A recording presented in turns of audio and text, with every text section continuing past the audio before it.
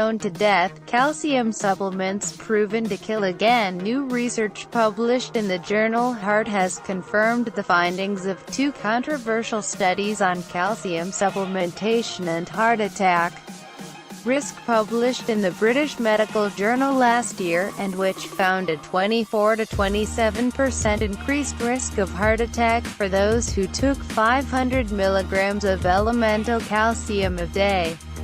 The results of this newest review, involving 24,000 people between the ages of 35 and 64, were even more alarming.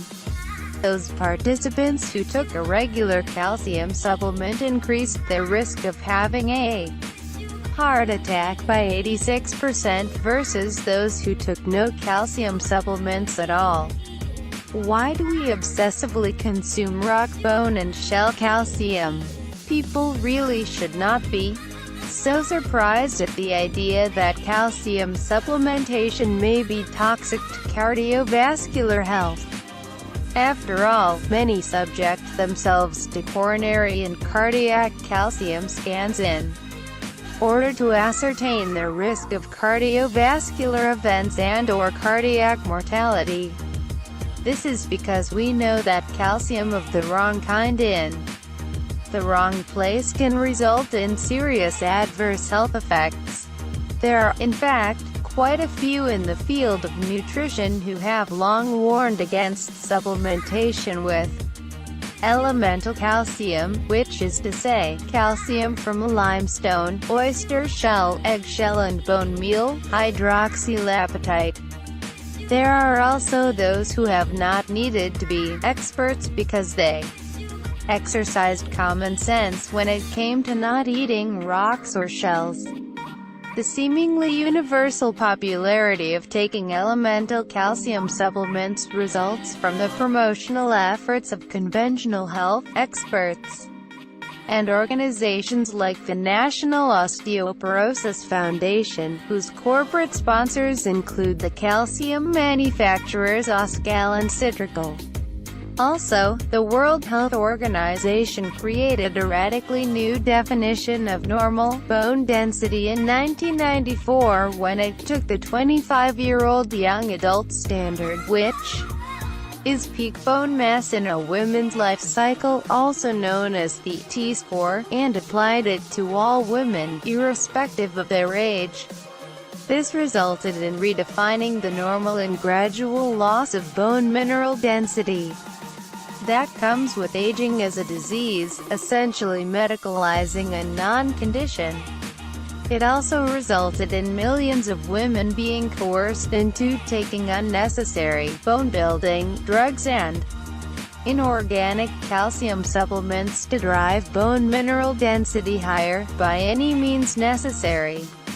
Suddenly, healthy women were being told they had a disease called osteopenia, or osteoporosis, even while their bone mineral density was normal for their age, gender and ethnicity, which would have been clear as day, had the age-mediated Z-score been used. Moreover, the heart attack and breast cancer being the primary causes of morbidity and mortality. When you consider that the risk of death as a side effect of fracture associated with low bone mineral density is infinitesimal relative to that of dying from calcium-induced heart attack and/or high bone mineral density associated malignant breast cancer, the justification for promoting osteopenia, osteoporosis prevention and/or treatment in women's health above far more serious and likely health threats completely falls apart.